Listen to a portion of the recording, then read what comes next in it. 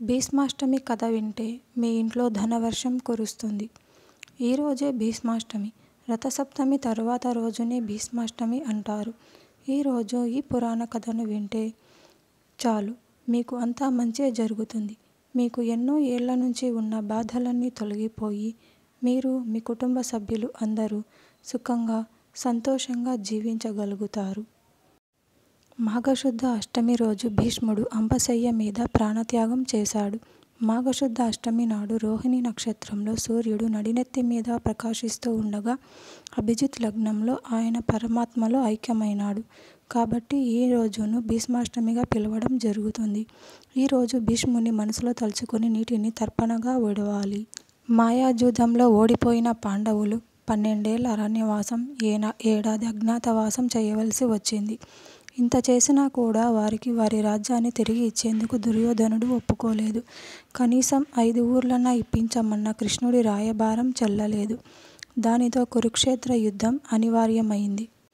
కౌరవులు, పాండవులు అందరూ చురుకుగా యుద్ధానికి సన్నద్ధమయ్యారు. రోజురోజుకు పాండవులదే యుద్ధంలో పైచేయిగా జరగసాగింది. యుద్ధంలో తగులుతున్న ఎదురు దెబ్బలకి దుర్యోధనుడికి దిమ్మ తిరిగిపోయింది. ఒకరోజు రాత్రి కోపంలో భీష్ముడి శిబిరంలోకి అడుగుపెట్టాడు. తాతా, నువ్వు ఈ ప్రపంచంలోనే గొప్ప యోధుడివి. 5గురు పాండవులను చంపలేకపోతున్నావని చెప్పి దుర్యోధనుడు వెళ్ళిపోతాడు. భీష్ముడు మరుసటి రోజు యుద్ధభూమిలో వీరోచితంగా పోరాడి అనేక మంది పాండవ సైనికులను హతమార్చాడు. తరువాత భీష్ముడు తన ప్రాణాలను విడవడానికి సిద్ధపడి శిఖండి చేతుల మీదుగా తన ప్రాణాలను విడవడానికి సిద్ధపడ్డాడు. దానితో తనకు తగిలిన బాణాలతో అంపశయ్య మీద పరుకొని మాఘశుద్ధ అష్టమి రోజు భీష్ముడు అంపశయ్య మీద ప్రాణత్యాగం చేశాడు. మాఘశుద్ధ సప్తమి మొదలు మాఘశుద్ధ ఏకాదశి వరకు గల 5 రోజులను భీష్మ పంచమి అంటారు.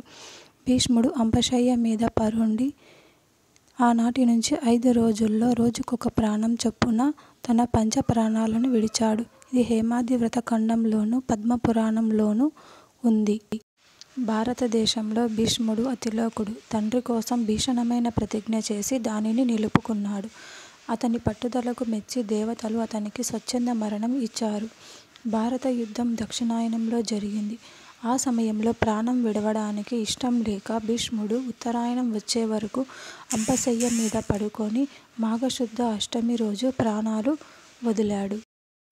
భీష్ముడు తన ప్రాణాలలో మొదటి దానిని సప్తమి రోజు, రెండవ దానిని అష్టమి రోజు, మూడవ దానిని నవమి రోజు, నాలుగవ దానిని దశమి రోజు, 5వ దానిని ఏకాదశి రోజు విడిచాడని కొందరు చెప్తారు. మాఘశుద్ధ ఏకాదశి భీష్ముని పంచకానికి ఆఖరి రోజు అని చాలా గ్రంథాలు చెబుతున్నాయి. కానీ అష్టమి రోజు మాత్రమే భీష్ముని నిర్యాణ దినంగా కొందరు.